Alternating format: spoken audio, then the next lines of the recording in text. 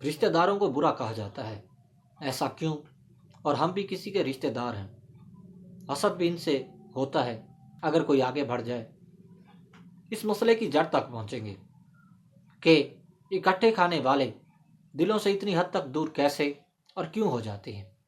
السلام علیکم، میں ہوں رضوان علی اور آپ دیکھ رہے ہیں رضوان جانی آفیشیل سے آج کے سوال میں، جہاں ہم زندگی کے پرابلم کو اجاگر کرتے ہیں اور اس کا حل بھی دیتے ہیں۔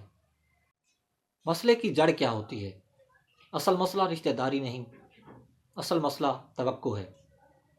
ہم اجنبی سے کچھ خاص امید نہیں رکھتے، لیکن رشتہ دار سے دل باندھ لیتے ہیں، اور جب وہ ہماری توقع کے مطابق نہیں چلتا تو محبت شکوے میں بدل جاتی ہے۔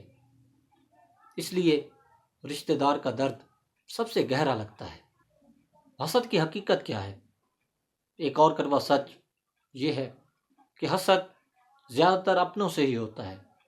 اگر کوئی قریبی ہم سے آگے نکل جائے تو ہمیں اپنی کمی زیادہ صاف نظر آنے لگتی ہے۔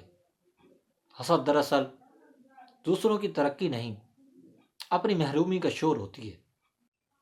حل یہ نہیں کہ رشتے توڑ دیے جائیں، حل یہ ہے کہ توقع کم کی جائے، حسد کو پہچان کر دعا میں بدلا جائے، رشتہ نبھایا جائے، خود کو زخمی کیے بغیر۔ یاد رکھیں، ہر رشتہ قربت نہیں مانگتا، کچھ رشتے صرف احترام مانگتے ہیں۔ اگر آج کا سوال آپ کی زندگی میں کچھ ویلیو ایڈ کرے تو ویڈیو کو لائک کریں، ہر اس انسان کو شیئر کریں جس کو آپ جانتے ہیں، کیونکہ رشتہ داروں میں حسد اور توقعات کا بے حد بڑھ جانا ایک عالمی مسئلہ ہے، اور ہم بھی کسی کے رشتہ دار ہیں۔ اس لیے بدلنا خود سے شروع کریں۔ ایسے ہی سوالوں کے لیے رضوان جانی آفیشیل کو سبسکرائب کریں تاکہ ہم آگے بھی مل سکیں۔